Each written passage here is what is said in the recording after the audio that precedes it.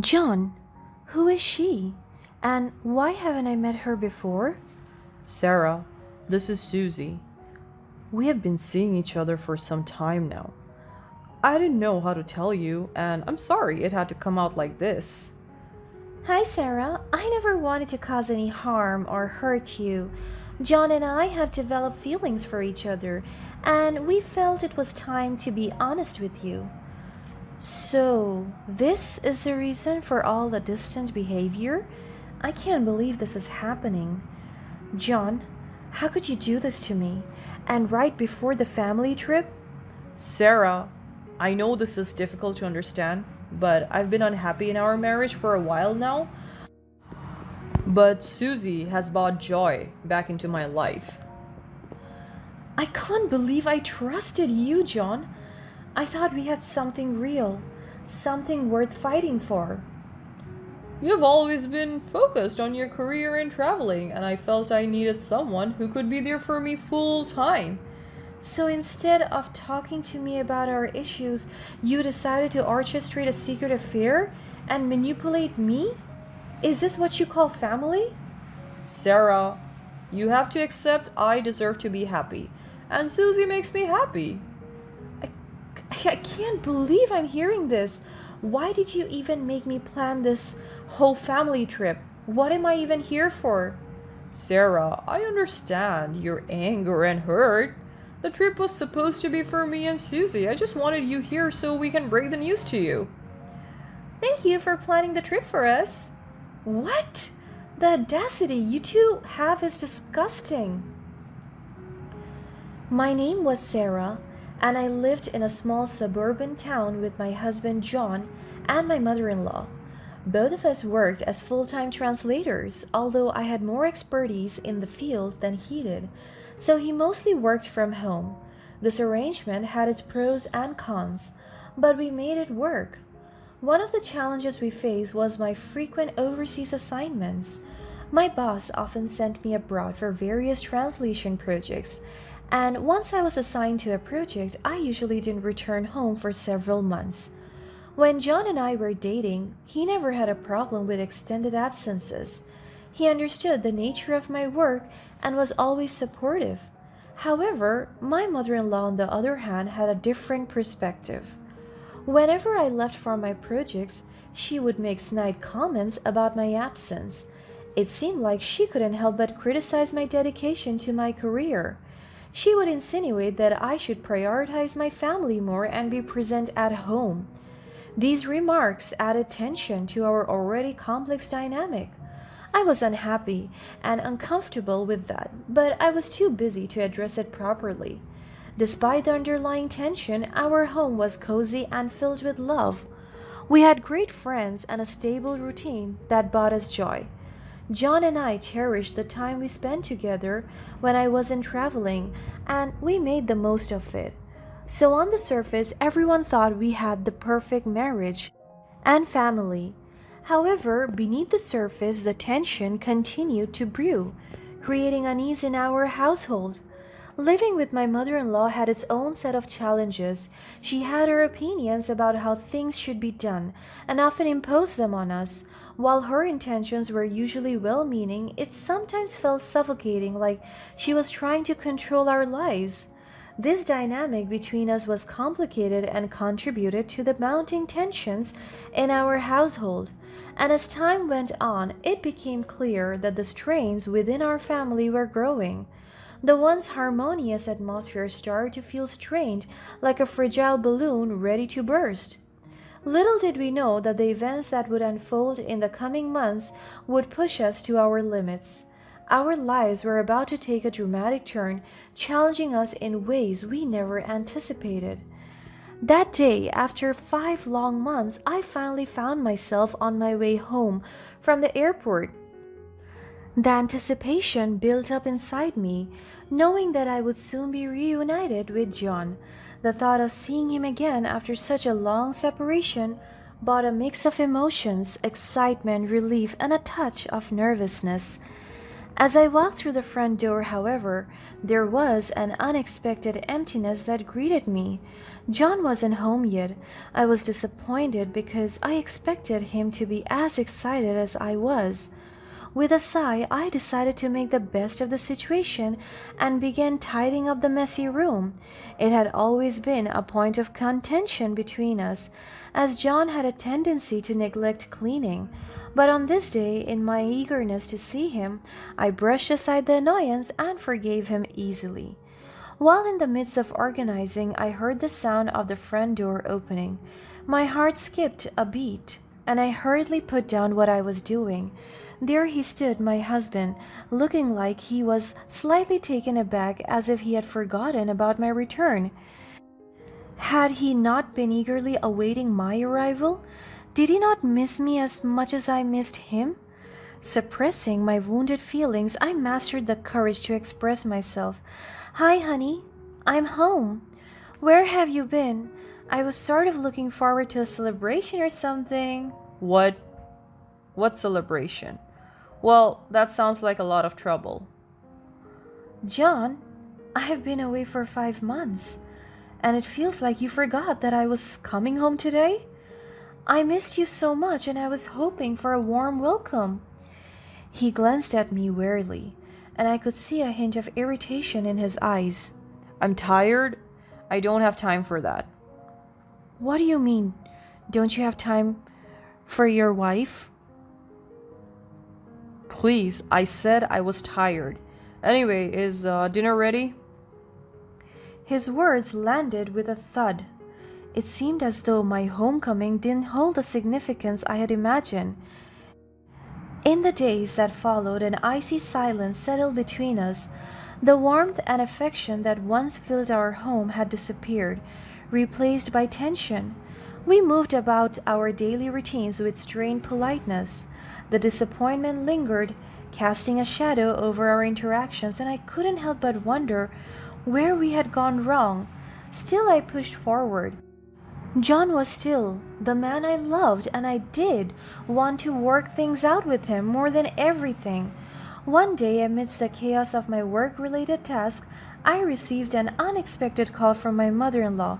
Her voice carried a hint of excitement as she proposed a family trip to Bali, a destination known for its breathtaking beauty and serene landscapes.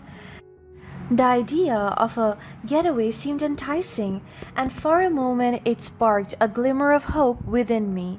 Maybe that was the time for me to finally make things right with John. Knowing that I had experience with organizing trips, my mother-in-law suggested that I handle the travel arrangements. Reluctantly, I agreed, even though deep down I knew I was already overwhelmed with my workload and had little time to spare. However, considering the strained relationship between John and me, I didn't want to risk upsetting his mom in any way, and so I agreed. She was overjoyed. As the planning process unfolded, a sense of anticipation washed over me. Perhaps, I thought, this trip could be the turning point. It could be a chance for me and John to reconnect and rediscover the love that seemed to be slipping away. I held on to this glimmer of hope, hoping that the beauty of Bali would help our relationship.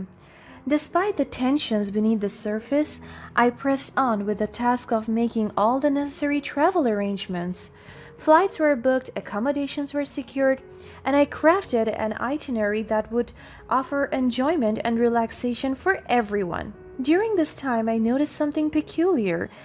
My mother-in-law began acting unusually nice towards me. She would never criticize me like she usually did, and she would offer to help around in the house whenever she could. It sounded really nice, but for some reason, I didn't feel good about it. It felt off, like a facade that masked other motivations.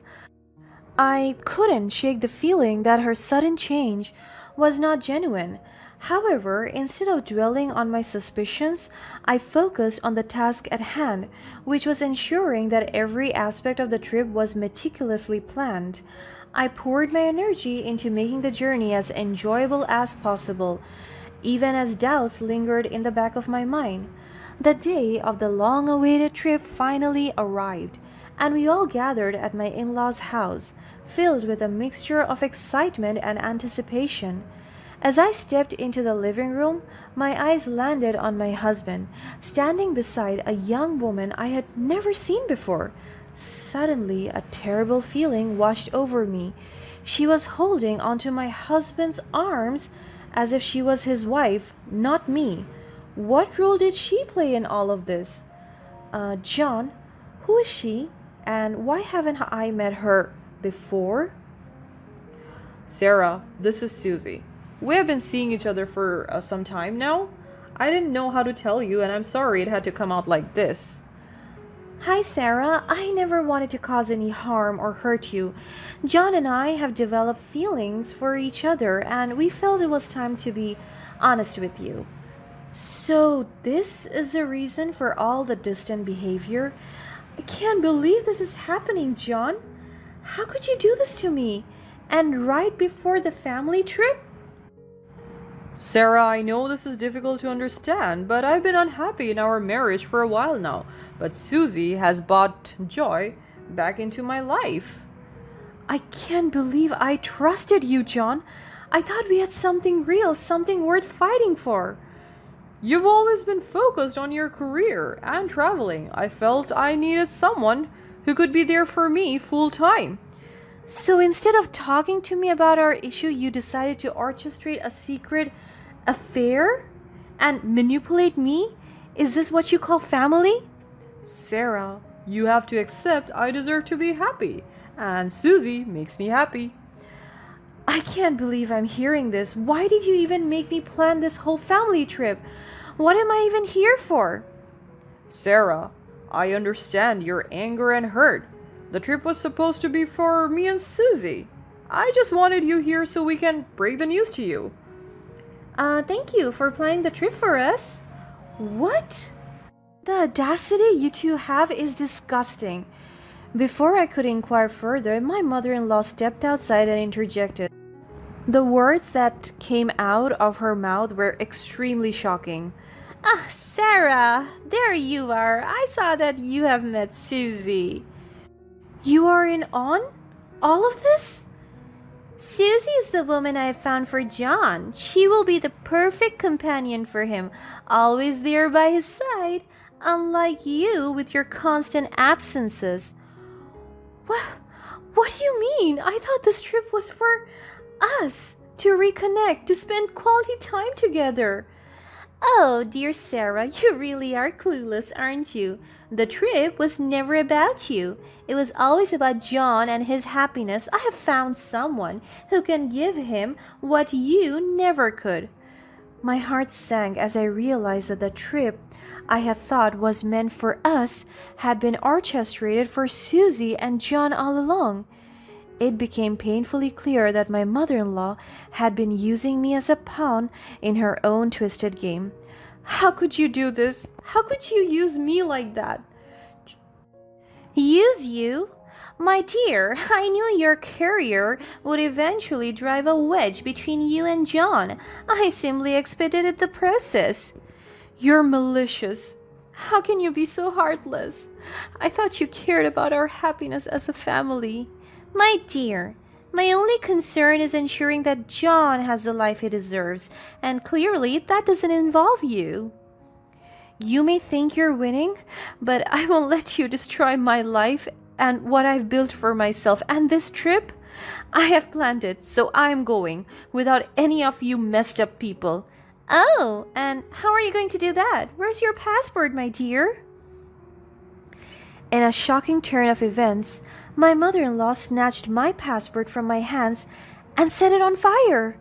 The flames licked at the pages as quickly as it had started. As the passport quickly turned to ashes, I stood there in disbelief. To make matters worse, my husband wore a smug grin on his face.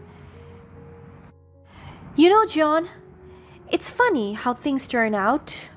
All this time I had no idea that you secretly hate me. Well, it's hard not to feel overshadowed when your accomplishments constantly outshine mine. I guess I've always resented being overshadowed. John, we were supposed to be a team. We should have faced these insecurities together. Instead, you let it ruin your own family. Well, John deserves someone who can be there for him fully, unlike you, Sarah, who's always gallivanting around the world, leaving him behind. Is that why you burned my passport? Exactly. To hell with your trips. You don't deserve to go anywhere. But little did they know I had a trick up my sleeve. I calmly revealed to them, but here's the thing. You see the passport you burned? It wasn't mine. It was John's, carefully concealed within my passport cover. What? Wait, what?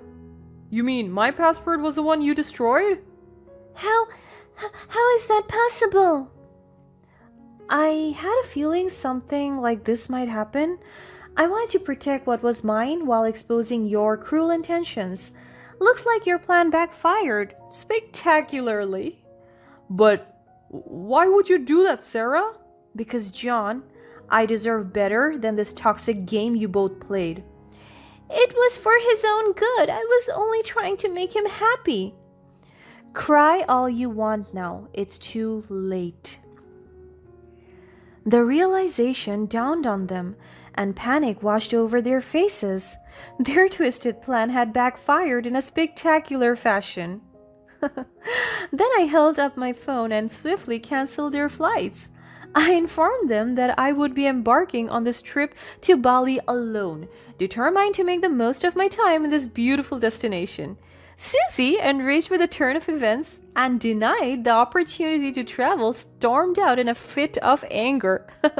The absurdity of the situation was both hilarious and embarrassing. Leaving them to grapple with the consequences of their actions, I walked away. Bali was still waiting for me, and I was ready to embark on an adventure of self-discovery, leaving behind toxic relationships. Of course, it was extremely tough. I was sobbing on my flight to Bali, thinking about how my family had been ruined. But I knew it was the perfect time to regain my sense of self and reward myself with something extraordinary. I immersed myself in the vibrant beauty of Bali, finding solace in its breathtaking landscapes and rich culture. The trip became a turning point in my life, allowing me to rediscover my own strength and independence.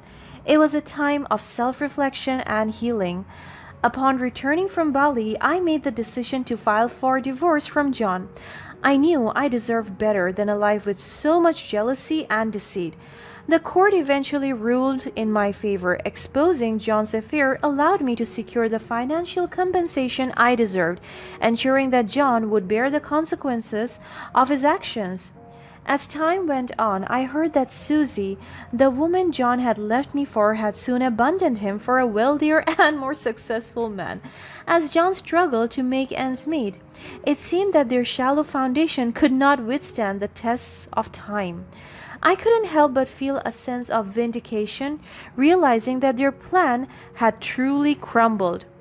John found himself at his mother's house. Together they struggled to manage the household chores and bear the financial responsibilities. But for me, their struggles no longer held any significance. I had moved on. I focused on building my own happiness, surrounded by genuine relationships and a newfound sense of freedom. I embraced the future with optimism, knowing that I had taken control of my own destiny and paved a path towards a fulfilling life.